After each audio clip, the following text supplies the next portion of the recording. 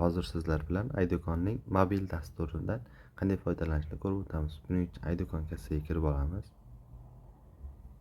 Kassirning login va parolini teramiz yoki запомнить meniyani yoqib qo'yadigan bo'lsak, login va parolni o'zi eslab qoladi.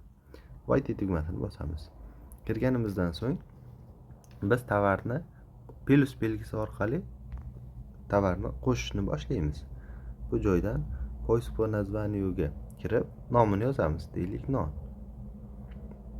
Yozsak non so'zi bor, hamma mahsulotlar chiqib keladi. Biz pitichkani bosish orqali bu mahsulotlarni tanlaymiz. Yoki-da misol uchun mana bu nondan bitta emas, 5 ta dona kerak bo'lsa, 5 ta bosib pitichkani bosamiz. Agarda mahsulotlarimizni shtrix kodini skaner qilmoqchi bo'lsak, unda mana bu tugmani bossak, skaner ochiladi va mahsulotimizning shtrix kodini o'zi avtomatik o'qib beradi. Keyin bosib tanlaymiz. Endi bu nima tovarlarni tanlaganimiz haqida orqaga qaytish tugmasini bosish orqali ko'ramiz. Ko'rganimizdek, shu tovarlarni tanlagan ekanmiz. Deylik, bu tovarlarda sonini o'zgartirishimiz mumkin. Vvedите значениyaga yozamiz. Deylik, tovar tanladik, xb toster non 5 ta dona bor ekan. Biz deylik, buni 10 ta qilmoqchi bo'lsak, 10 plusni bossak, miqdori 10 taga o'zgaradi. Agar buni sonini kamaytirmoqchi bo'lsak ham farqi yo'q, bizga nechta dona yozib plusni bossak, miqdorini o'shanchaga o'zgartirib beradi. 5 ta bosib plusni bossam o'zgardi, 2 ni bosib plusni bossam 2 taga o'zgardi. Kerakli tovarni tanlab plusni bossak soni o'zgaradi. Deylik, narxi 12.000 ekan. Biz buni biroz arzonroqqa bermoqchi bo'lsak, 11.500 qilib bermoqchi bo'lsak, yulduzchani bosish orqali bu natijaga erishishimiz mumkin. Biz chegirma qilib bermoqchi bo'ladigan bo'lsak, deylik 93.000 bo'libdi, 3.000 so'm chegirma qilib bermoqchi bo'lsak, biz dollar belgisi S ni bosadigan bo'lsak, 3.000 so'm chegirma qilib beradi.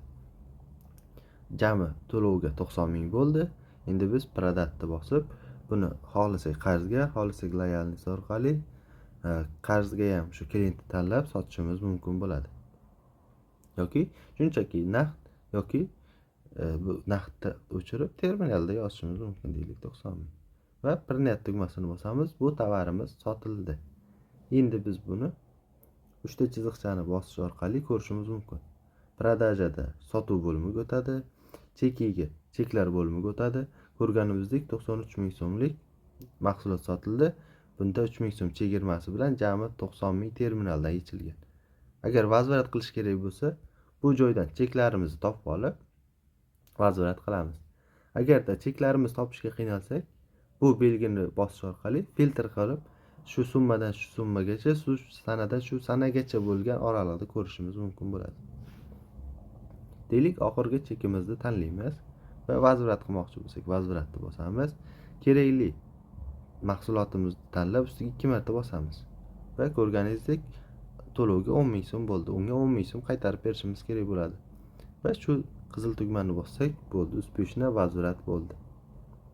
Endi prodajaga o'tib yana sotuvimizni davom ettirsak bo'ladi.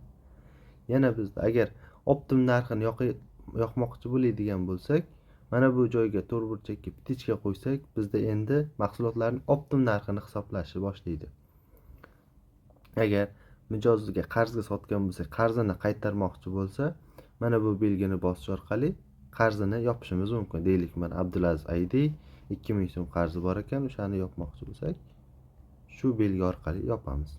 Yana kirsak, Abdulaziz IDda qarzi tugadi. Xarajatlarimizni yozib qo'ymoqchi bo'lsak, dollar belgisini bosamiz va bu yerdan kerakli xarajat turini tanlab, bu yoqqa xarajatimizni yozib qo'yamiz. Deylik, 5.000 so'm. Va bu joydan kirib X отчетni chiqarsak ham bo'ladi. Bugungi bo'lgan savdo jarayonini, hisobotini. Zakrit smenani qilib, smenani yopishimiz ham mumkin.